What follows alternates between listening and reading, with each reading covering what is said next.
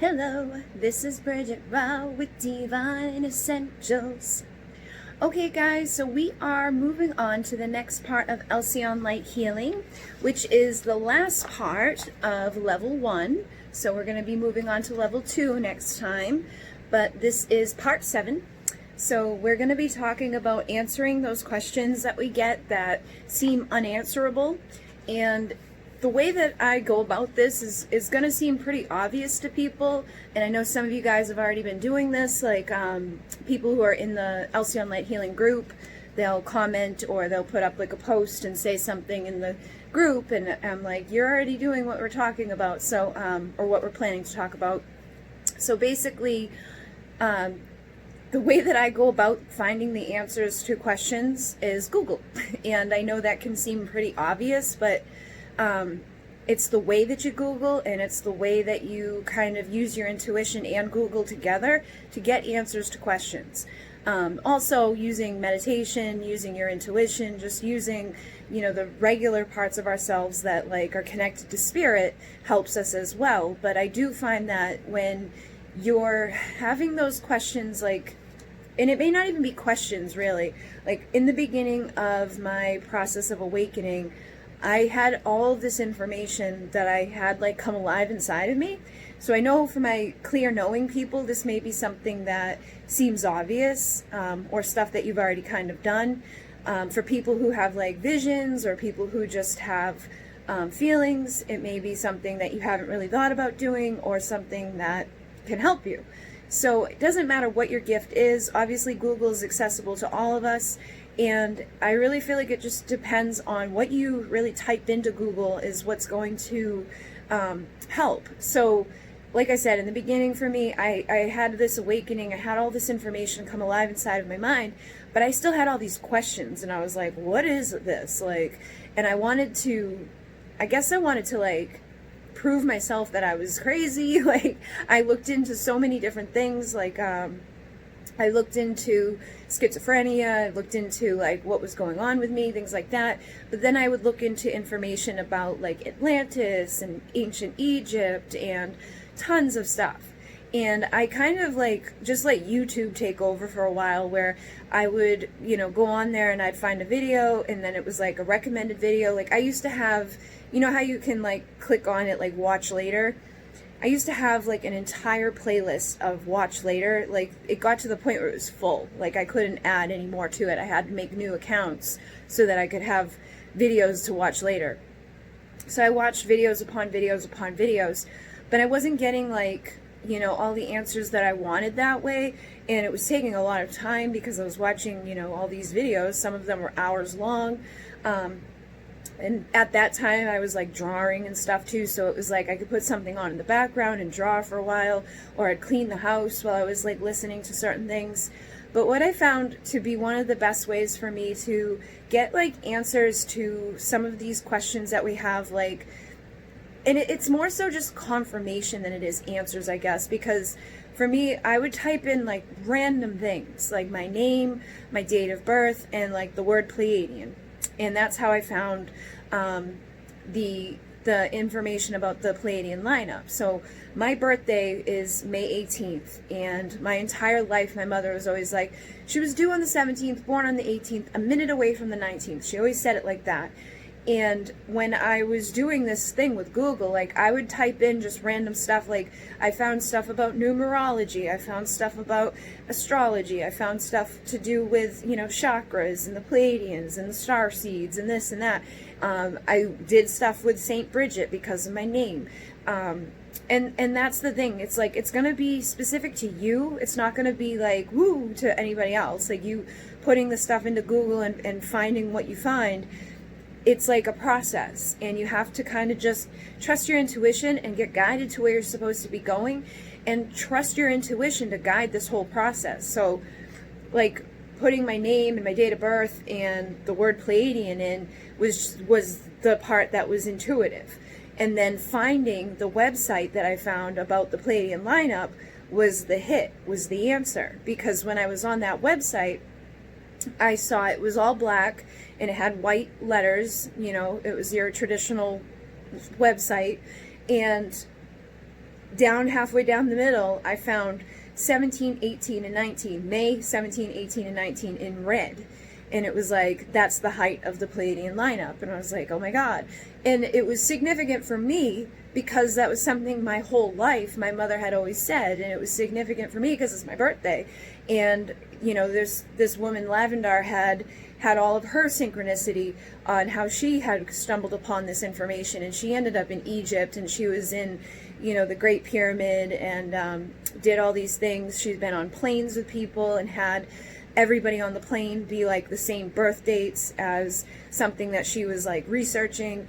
And she had her own synchronicity that led her to information that then I used my own synchronicity that led me to my information, because that was one of the final things that was like, okay, like, how am I going to continue to deny this? Because it was just one of those final marker moments. Like, I had already done the, like, 17 reasons you're a starseed, or 50 frickin' signs that you're a Pleiadian, or 20 signs that you're having a spiritual awakening. And every single thing I watched, it was like, yep. And, you know, then I started, you know, researching all these other things, and it always connected. But I remember specifically, like, the most significant things that I found would be like when I would do what I'm saying, is just typing random things in. Like, I would type in Alcyone, and, you know, I would find something to do with like the Greek mythology connected to it, and I would read about the seven sisters, and it would always tie into something else and tie into something else. And I would find these crazy websites with tons of information on them that there was key parts inside of it that always stuck out for me, specifically on my journey. So what's important to me and what was like, oh my God, life-changing to myself, would be insignificant to you because you're not me. So really, it's something that to get the answers, you want to use your intuition and put into Google what you feel guided to put in. Use your name, because your name is probably going to tie into things. Like, I've seen people recently commenting, like, I looked up the meaning of my name, or I looked up the meaning of the name that I got when I was in my meditation. And that's why I'm saying connect your meditation with your intuition and with Google, because it's going to be significant for you. You, as starseeds, get little codings. This is what I feel is like significant here, is that we all come in with these little pre-programmed things inside of us, and they all get fired up at certain times. What fires you up is going to be completely different than what fires me up. But you have to be the one that initiates it. Like, you just sitting around thinking about it or wondering about it isn't going to do anything. You want to meditate, you want to use your gifts, and you want to search. And search just whatever. Sometimes you'll pop stuff in there and you won't hit anything, you won't get anything, but other times you will, and it will guide you to information that you need to see specifically, that kind of fires something up inside of you. It's like a knowing. And once you hit that knowing, you're going to be like, oh, okay, that makes sense. And that's going to find more words for you to pop into Google. Hold on one second. Sorry, I always get wicked hot when I do this. I think it's because of the light. Anyways, so I feel like basically it's going to be significant for you. So when you go onto Google and you type in your name and your birth date, you may find, you know, something that connects to ancient Egypt, or you might find something that connects to Atlantis, or you may find something that connects to neither of those things, but leads you down the path of numerology. Like, I have reports and reports of things that I printed out during my awakening. It was like I became like a mad scientist, where, you know, I would print out the whole numerology report on my name, on my birth date, and then I would go and I would use that as like a tool to further research other things, and then I would find that stuff and I would go deeper into that and deeper into that and deeper into that. And it's just kind of connecting all of the pieces together. So I know many of you guys have probably already done this, but it is something that I find will help you to kind of fire up the stuff inside of you that's already there, that's already predetermined. Like, my being a Taurus was one of the things that connected to the Pleiadians for me, because the Pleiades is in the eye of Taurus, and that was like one of my first, like, oh, okay. And then my birthday, 5/18, like, it's always been something that I see, and it's always like tied into stuff. And I know that there's been times when I've looked up the Pleiadian stuff, I find like 518, 518, 518. Other people look it up and they find that it's 444 light years away, or whatever it is that they, you know what I mean, they find their significant numbers and the connections for what they're looking into at that time. But it's hard for me to put into words until you just do it. And like I said, just try different combinations of things that you might feel weird doing, but it's going to lead you somewhere, and it's going to help you to get the answers to the questions that you have inside of you, or just get the confirmation to the question that you have inside of you of like, is this even real? Is this, you know, am I crazy for thinking this? Am I a starseed? Where am I from? You know, because you might start typing in stuff that leads you to Arcturus, or you might lead you to Andromeda, or leads you to wherever. And wherever it leads you to is going to be the significant thing for you to figure out, okay, that makes sense. Like, I was born at this time so that I would know, you know, now putting all these pieces together, that this is what I was meant to find. So hopefully that makes sense to you guys. I don't want to ramble on about it too much. I feel like the best thing to do is to just try it out with a couple of different things, whatever you've been, you know, having come up. And, you know, do it during a time where you feel like you want to actually look into stuff, because it can take a while. And I also know that, like, when you search a website, you can hit the little buttons up top and you can search keywords, you know, like on the website. So you don't have to scroll through pages and pages and pages of information. You can put in your name, you know, and find those hits where your name is, or find those hits where your birthday is, or find those hits where the word Arcturus is, or the word Andromeda is, and find the little pieces, because sometimes it'll be a whole website with just one little like piece of it that is really significant for you. So having a synchronicity journal would be very beneficial too, because that was something I did back in the day as well, where it was like I was finding all of this information, but it was like bits and pieces, and like I said, it's like little codes. And you got to take those little codes and kind of put them together to get the big picture. And it's like, the more you do it, the more you dig, the more you're going to have for yourself to be able to look at and be like, okay, so like if I go downstairs now, I have, you know, probably a couple of totes worth of notebooks and things that have been printed out, things that I've written down specifically, drawings that I've made, that all kind of tie in together to that time where I was piecing everything together. And it's like, if someone else came in from the outside and looked at it, they'd be like, you're insane. But for myself, I know why it was significant and how it led me to other information. Even like simple things like my blood type was something that was huge, that I've had other people in the group recently finding, you know, like they were dreaming about their blood type and how it was significant to their journey. And I was like, oh, go look into that, because that's a whole other freaking doorway, or a whole other wormhole of information. So if you're Rh negative, I'm not saying that you have to be, but if you are Rh negative, that is one of the ways for you to get more confirmation that you're a starseed, or that you don't necessarily have the same genetics as a lot of the other people here. And a lot of the stuff that ties into that is significant for my journey, because I found out about my blood type, and I thought it was weird when I found out that they were like, here, you gotta have this shot, because if you don't have this shot, your body will kill a fetus. And I was like, what? Why? You know, like, why is my body gonna kill a baby? Like, so I don't want to go too much into that. We'll talk about that at another time. But something like that, it could be really huge. For me, it was huge for piecing together stuff, and it like led me down other doorways, and it led me into information about, you know, stuff that can get into, you know, like conspiracy theories and things like that. But try to have a healthy skepticism with all of it. Try not to just like believe anything you see. Find what really feels like it makes sense to you, and use that for you, and meditate upon those things, and then, you know, seek out more information about those things that you find, and just find the right keywords that stick out to you. And another thing that I found to get answers, people always ask about like connecting with, if you go outside at night. I don't know how you guys are. I used to go outside every single night in the beginning, and I would connect with the stars, and there's certain stars that would stand out to me there were certain stars that would be like, they would be in the same spot every night. Hi, Alcyone. And they would basically not move. You know how like the stars move throughout the night? There was certain stars that would show up every single night and they wouldn't move.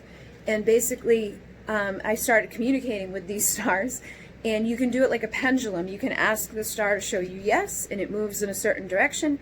And you can ask the star to show you no, and it moves in a certain direction. So you can get yes and no answers from a star if you're somebody that connects with the stars in that way. Not everybody does. I got to a point where I was able to like communicate with certain stars and have like I would just know when something was out there, and I'd go out there and it would be like doing all these crazy shit and just come really, really close into the yard.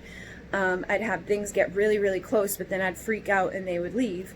So that's something too, is if you want to connect with these things and you don't want them to leave, you've got to not freak out. You got to just maintain unconditional love. And the more that you can stay in a place of calm, love, everything's good, the easier it will be for you to connect with like the stars on a telepathic level and get answers from them as well. I know that's not going to work for everybody, but that will work for some of you guys that are already drawn out there at night to look into the stars, to look at the, you know, light ships that go by, to see like all the different stuff that's out there. You know, use what works for you and just use your intuition and, you know, write it down. Have a list of stuff. Sorry, there's a fly. It's not an orb or anything. Have a list of your synchronicity for you to keep track of the pieces that were significant for you. Okay?